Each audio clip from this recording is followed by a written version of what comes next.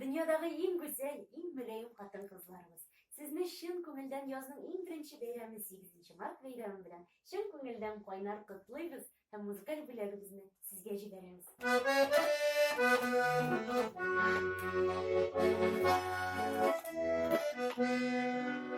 Вал сүзеннән алынган, шундый татлы сүзе балам, куанып җирдә яшәргә, киш сихәт алыннан алам. Бал капкандай булам балам, әнием дибендәсе, балам байлыгым булганда, алтын көмешләренә бирсә. Баланlarda da bağlı sözü, ni aşık ikeni bulay. Balan aşıklarına, kuşa girmesin hırday.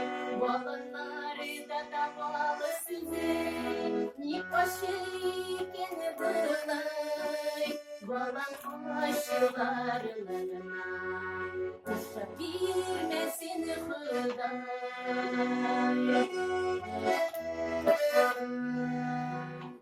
Yemedi bulasamadı dünyaların yollara.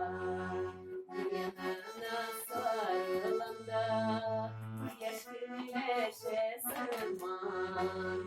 Nemeşin güzelim var dünya güllerinden.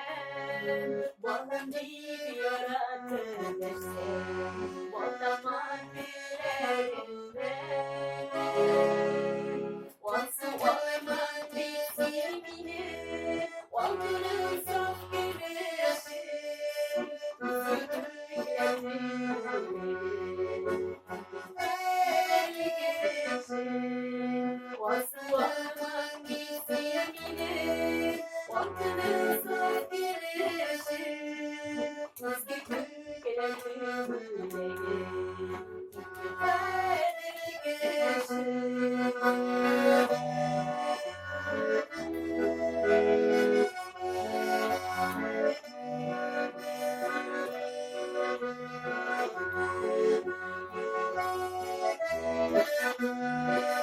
Olsun olmam bitsin eminim, altının saf gümüşüm, İzgi köklerinin güleyim, kimin kadirli gülüşüm. Olsun olmam bitsin eminim, altının saf gümüşüm, İzgi köklerinin güleyim, kimin kadirli gülüşüm.